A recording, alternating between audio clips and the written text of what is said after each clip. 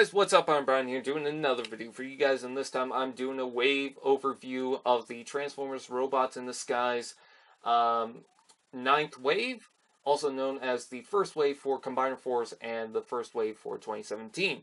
Now, I know that a lot of people are complaining that the Warrior class lineup does not actually combine with anything. Why does it have the Combiner Force name? And I think that's just the name of the sub lineup, and it doesn't really mean that all the figures will combine. I mean, for example, with Generations Combiner Wars, not every figure in that lineup, like some of the Legends and some of the Leaders, really had a combining gimmick, unless you count the Leader classes having a weapon combination gimmick, which I think they were trying to do for the Combiner Wars lineup. But as far as some of the Legends are concerned, they didn't really combine with anything. There were some of them that did, but there were a lot of them that did not. Anyways, with that said, I think that's, again, what's going on with this. This is just continuing, but with the subline's name. I mean, we still have one-steps that continue with the name Robots in Disguise, and they also have the sub-theme, Combiner Force. I mean, the TV show's going to have that combining gimmick, and then some of the toys do have that combining gimmick, as we know, Team Combiners and whatnot. So with that out of the way, I just wanted to mention that because a couple of people have mentioned that, so I just wanted to touch up on that little subject. Anyways, let's talk about the wave itself. I think that as far as the wave is concerned, it's alright. Even though I just argued about what was going on with the Warrior class lineup, I would like to see more characters in the Warrior class that were in some of the Team Combiners and Crash Combiners. They're probably still working on those characters, and they couldn't release them right as Combiner Force started. I mean, with the whole Minicon lineup and that sub-series that they were doing with the Starscream, they could not release every character from that. For example, Thermidor is getting a Wave 3 release in Combiner Force.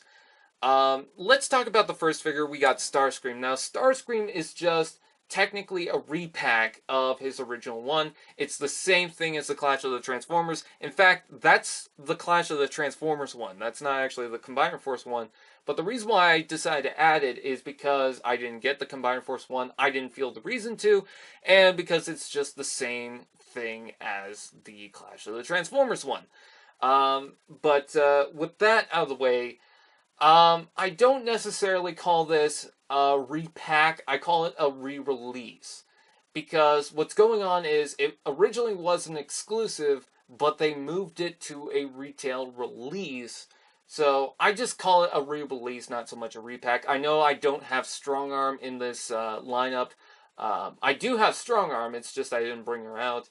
And I don't have the Grimlock, but I didn't bring those because they're just re-releases, or repacks, because they're just the same thing, and they're in the same lineup. Yes, they have the packagings with the sub-theme Combiner Force, but they're not exclusives or anything like that. They're still being released in the same places and whatnot, so that's why I consider those repacks, and this is just a re-release. But I do like the fact that they decided to re-release Starscream, because I think Starscream is a good figure, and that means that a lot more people will be able to get Starscream. They did kind of the same thing with Megatronus, but Megatronus also had a different head and different paint applications. With Starscream, I expected them to do something a little different, like maybe he would have a lighter tone of plastic, but they didn't do that. Still, nonetheless, I think Starscream is pretty cool.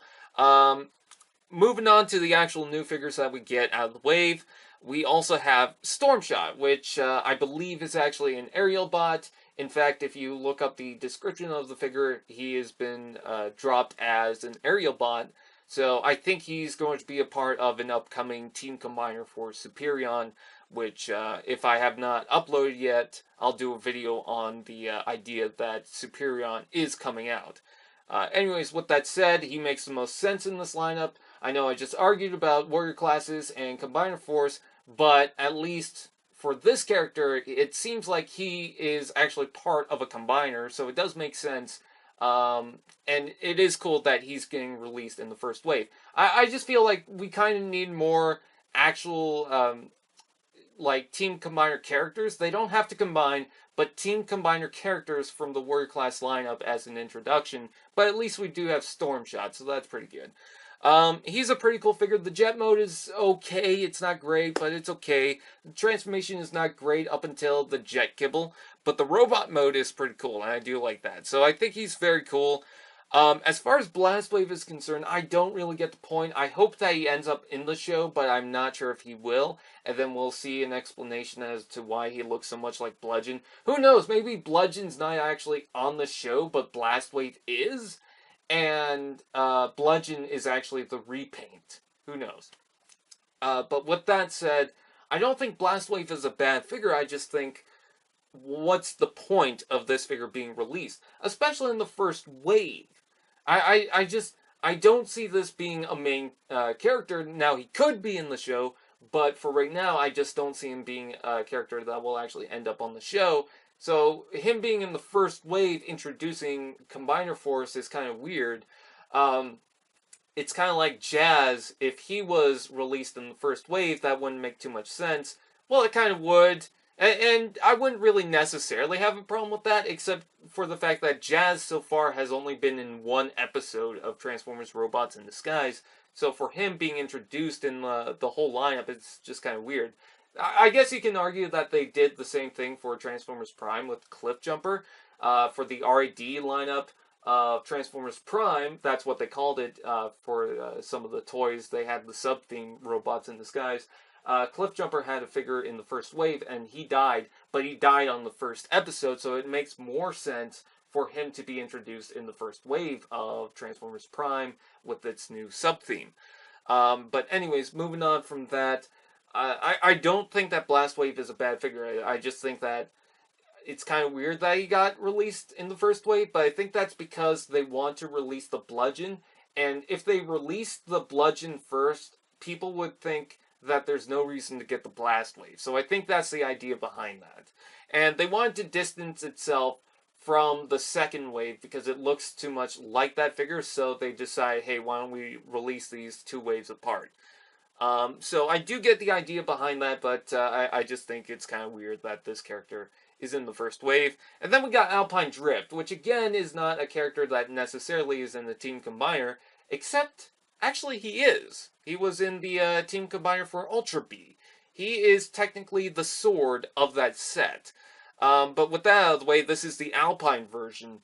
And it is kind of weird that they decide to re-release this as an IDW color scheme. It's cool, but I feel like that would have been a figure that would have been a much later release. Again, I'm sorry for constantly repeating myself. This is the first wave of Combiner Force. You're introducing the lineup, but that's probably the reason why we also have the Team Combiner. Well, not the Team Combiners. They're not released yet, but the Crash Combiners and whatnot. But anyways, moving aside from that, I think that Drift is pretty cool. I like the white and red. I think he's pretty nice, and I'm glad that he got another release. This is the third time that we've gotten the Warrior Class Drift. I want the Blizzard one. I got the first one, and I think he's pretty awesome. So with that out of the way, how do I feel about the wave overall? Now, I know I've constantly said it. It's kind of odd that they decide to go with these figures to introduce the wave, but it's not bad. I do like the figures. I love the Starscream, except for the hips. I love the God, that's hard for me to say. Stormshot. Don't know why that was so hard for me to say. I like the Blastwave, despite my concerns about it. And I like the Alpine Drift. It's just, I kind of feel like we should have had more of the actual Team Combiner characters in the first wave, but I'm totally fine with this. I think it's pretty cool. It just continues with the Warrior Class lineup. So they're not focused on like the whole Combiner Force thing. They're more focused on just releasing the characters, which I do like more so because that means that they can give themselves a little bit more time into working some of the characters. So that's good. So hopefully we get a Motor Master and whatnot down the lineup. I would like to see that. But with that said, I thank you guys for watching. Please like, comment, share, subscribe, and all those fun doodads, and I'll see you guys next time.